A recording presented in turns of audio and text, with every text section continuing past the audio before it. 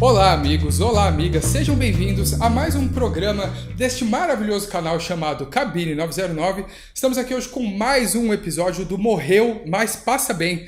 Esse programa onde a gente desenterra discos, na minha opinião, maravilhosos, que estão ali perdidos neste grande açude que é a discografia de vários artistas ao redor do mundo. E hoje a gente vai falar do disco de um cara que teve a honra e, para algumas pessoas, a sorte de fazer parte da maior banda de todos os tempos.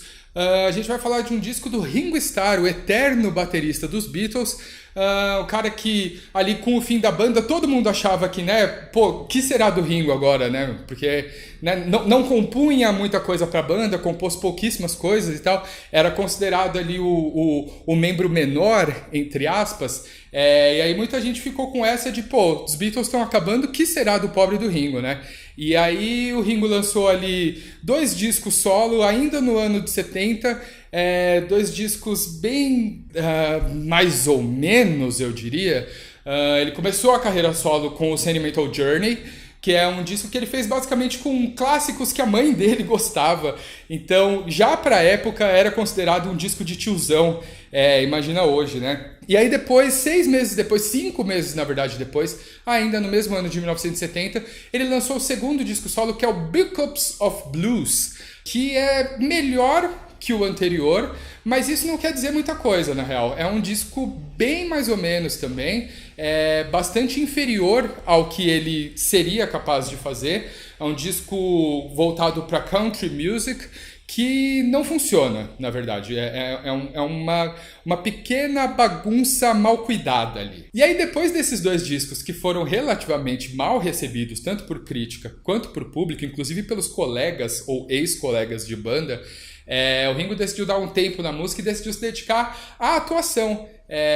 Entre 70 e 73, o Ringo participou de uma série de filmes ali, coisa que ele já tinha feito nos Beatles, né? Onde ele foi, por exemplo, no Help, que ele era a grande estrela do filme e tal.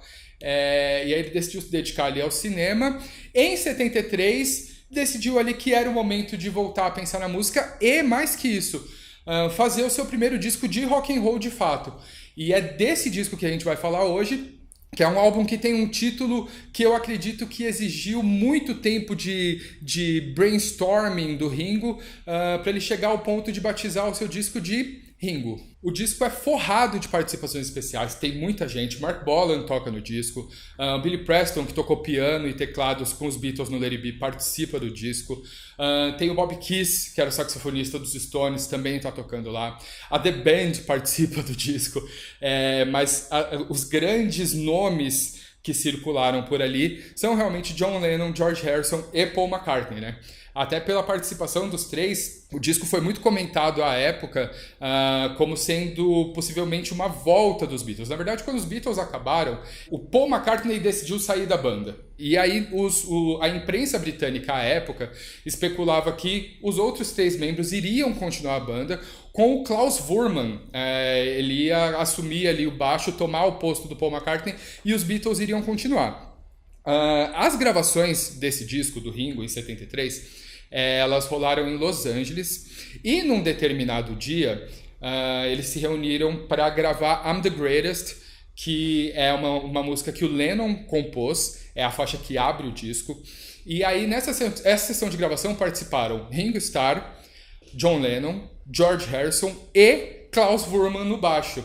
A imprensa viu essa galera saindo do estúdio e rolou um fervor na imprensa britânica de que o que eles estavam gravando ali era o disco de retorno dos Beatles, com o Klaus Voormann assumindo ali o posto do Paul McCartney. Os anos mostraram pra gente que não era exatamente isso que estava rolando, mas na verdade, mesmo depois do disco já pronto, a própria gravadora divulgou ele de certa forma como, entre aspas, um retorno dos Beatles, porque toda a banda participou do disco. I'm the Greatest tem esses 3 citados, o Lennon, o Harrison e o Ringo Starr.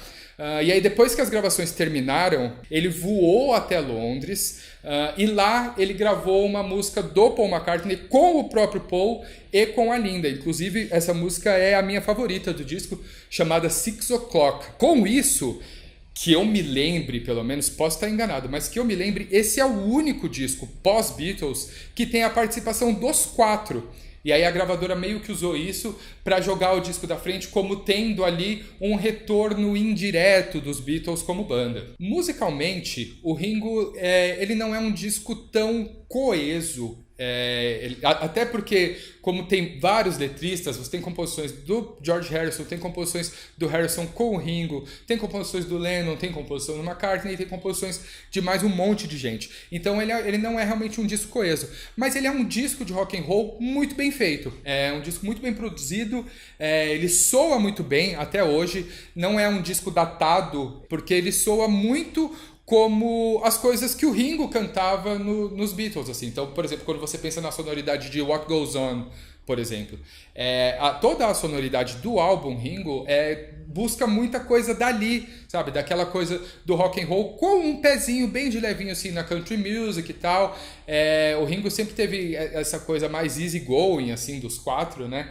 E isso é muito presente no disco, então ele é um disco não tão coeso, mas muito gostoso de ouvir. Não é um disco longo, então não é aquela audição que te cansa. Eu acho que até aquele momento era o disco de um ex-Beatle que mais satisfez o público que sentia a falta da banda. Como destaques do disco, eu traria a já citada 6 O'Clock, que é a composição do McCartney, que tem a participação do Paul e da Linda. É uma faixa muito típica, com aquela cara de Paul McCartney, mas que eu acho que soa muito mais como o Paul McCartney dos Wings, de fato, do que o que ele fazia na época dos Beatles. É muito bacana, é a minha faixa favorita do disco. Se você só quiser ouvir alguma coisa para ver se o disco te conquista ou não, eu iria lá em 6 O'Clock.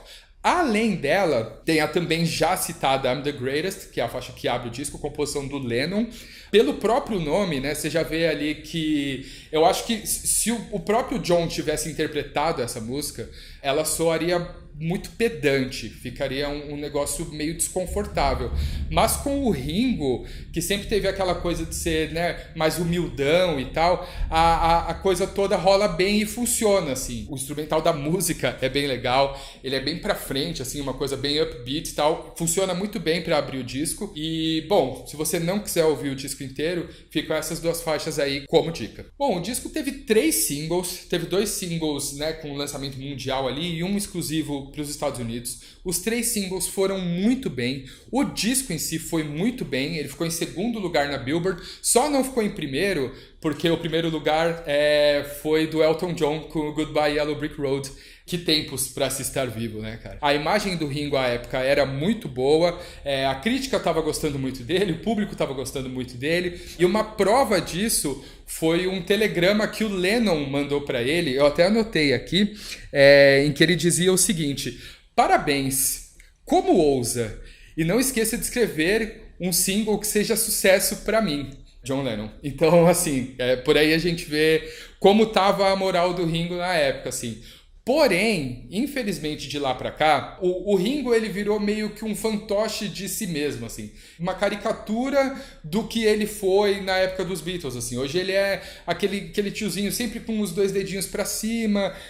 Quando lança algum disco novo, as temáticas são sempre as mesmas. Então é sempre paz e amor, é um negócio que meio que já cansou bastante, assim. E eu acho que com isso, a discografia dele como um todo tá sempre ali um degrau abaixo da discografia dos outros Beatles. E de fato, assim, a discografia do Ringo, se você pega ela inteira, ela não é uma grande discografia. Você não tem ali um corpo bem servido de álbuns para você ir buscar. Porém, no meio dessa bagunça toda, tem o Ringo, de 73, que é um baita disco e que vocês deviam ir lá dar uma chance caso ainda não tenham feito isso. E com isso a gente finaliza a nossa dica de hoje. Me sinto muito feliz de ter falado do Ringo Starr, porque, né, a gente está nessa época aí do Brasil em que só uma estrela pode nos salvar, né? E então acho que é um disco que cai bem nesse momento. E não se esqueçam de se inscrever nesse canal, não se esqueçam de marcar o sininho aqui para receber notificações quando a gente postar vídeos novos. A gente posta vídeo todos os dias, de segunda a sexta. Então voltem aqui para ver os outros vídeos, a gente está sempre falando de música. E principalmente comentem aqui embaixo, vamos conversar, deem dicas de discos que vocês acham que deveriam ser pauta aqui do Morreu Mas Passa Bem. Comentem se vocês gostam do Ringo, gostam dos Beatles, gostam desse disco especificamente ou não. E a gente se vê na semana que vem com mais um Morreu Mas Passa Bem, ok? Beijo!